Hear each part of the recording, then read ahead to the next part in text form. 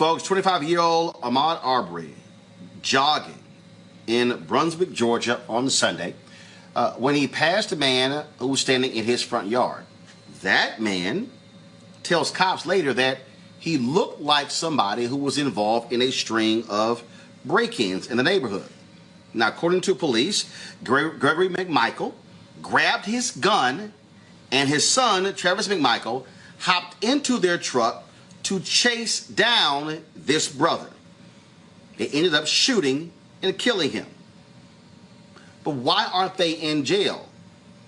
How is it self-defense when the brother is jogging, minding his own business? Joining us right now is Lee Merritt. He is attorney for the family of the man who was shot and killed, Ahmaud Arbery. Lee, glad to have you back on Roland Unfiltered. So, how are these two not arrested for murder? Well, it's very important to note, and as you pointed out, that the shooter, the father of the shooter, is former law enforcement. He was in the district attorney's office for that county for the last 2 decades, and before that, he was a police officer. And so the district attorney, who will be responsible for the indictment, backed out of it almost immediately because he had a personal relationship with it. It transferred this case over to the next jurisdiction, and that DA backed himself out of it as well. They had to transfer it a third time. It is now with the DA for Liberty County in South Georgia. We are encouraging everyone to call Liberty County, where it's been for the past 2 months, and encourage them to start an investigation. Because when we called the GBI, they had not been called to investigate this case yet. Now, this happened, first of all, I said at the top, I said Sunday. It did not happen Sunday. First of all, the date was February 23rd when this actually happened. The father and the son grabbed a .357 as well as a shotgun, followed. They pull up to him while he's jogging, shout, "Stop, we want to talk to you." First of all, Arbery doesn't know who the hell these guys are. Why these two white guys is able to asking him to stop? Under what authority did they have to even demand that he stop and talk to them? Roland, I have to tell you, I believe that they were actually acting under police authority, both as being former law enforcement, and because police, I'm told by witnesses, were on the scene within seconds. And so that means law enforcement had already been contacted, and there was likely some sort of communication between this police officer for 2 decades and law enforcement who arrived to the scene prior to the shooting.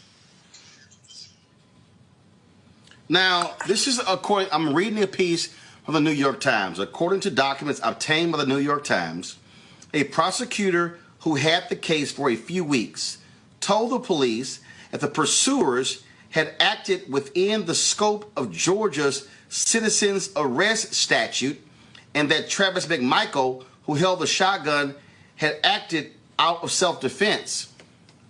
First of all, let's just reset this. I'm sorry, go ahead.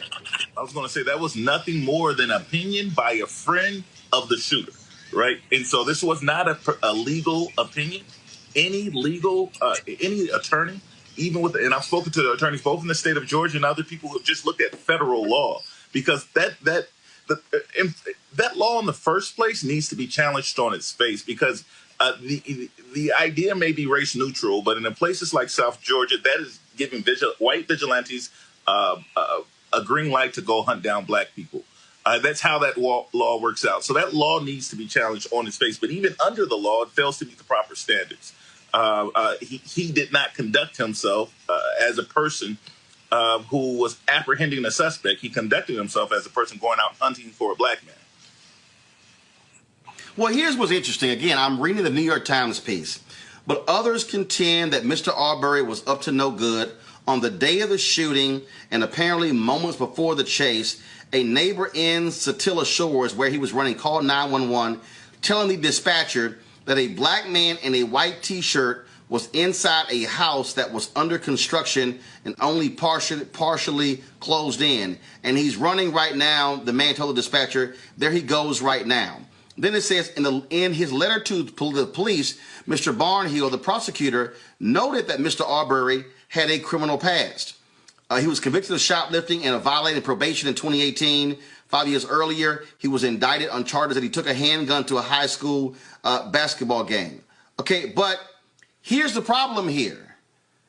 There is nothing to indicate he was robbing a place. Nothing. And so how can you make a citizen's arrest and the only thing that you have in the case is this black guy jogging? Right, right. Even the so-called dwelling that they were qualifying, you cannot burglarize a dwelling with no doors. That's impossible. And so this dwelling that he allegedly was seen in, or someone with a white, some black person with a white T-shirt was seen in, was a dwelling without any windows or doors. You can't burglarize that under the legal definition.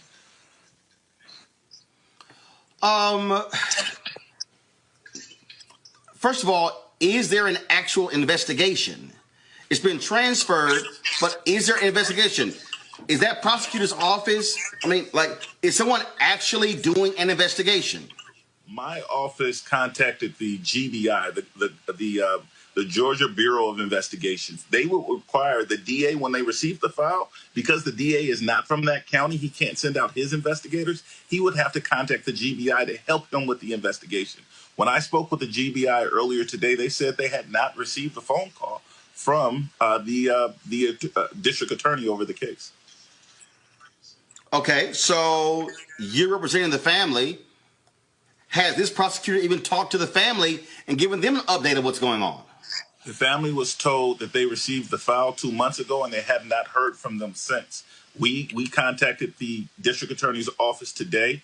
My office has been calling nonstop. They have refused to answer our calls. We sent out a certified letter today to put them on notice that this victim's family needs to liaison with them, which is what they're required to do under the law. Wow, this is a story that has not gotten lots of traction, primarily because of obviously all the attention being on coronavirus. Now, the family of Mr. Arbery has certainly they've been trying to raise the attention on social media. The hashtag I Run with Maud, MAUD, or also Justice for Ahmaud, AHMAUD. They printed up T-shirts, things along those lines as well. And so, I mean, this is just stunning that 2 months have gone by, and you do not have what should be a real investigation taking place. This black man is dead, 25 years old. These two folks are walking around free, and so what? I mean, are they saying that in Georgia you get to basically accost anybody who's black regardless of what they're doing? Yeah.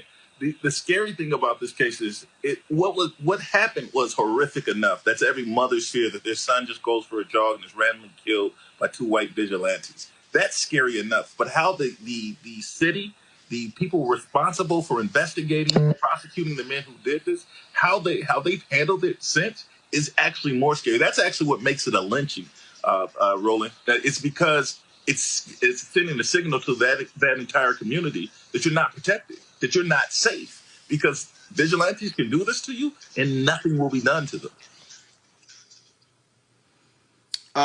What's crazy here is that the prosecutor, who basically said nothing really happened here, again, read the New York Times, Mr. Barnhill, wrote that he did not believe there was evidence of a crime, noting that Gregory McMichael and his son had been legally carrying their weapons under Georgia law. And because Mr. Arbery was a burglary suspect, the pursuers, who had solid first-hand probable cause, were justified in chasing him under the state citizen's arrest law. Okay, here's what I'm trying to understand. He was jogging by. How did those two have probable cause, and how did he go from a guy jogging to being a suspect? Did these two see him steal something? Did these two hear a neighbor say, hey, that man just stole something? I mean, how does Barnhill arrive at these conclusions? This is my suspicion. I just got involved with this case 24 hours ago. But my guess is that that these two men were coordinating directly with law enforcement.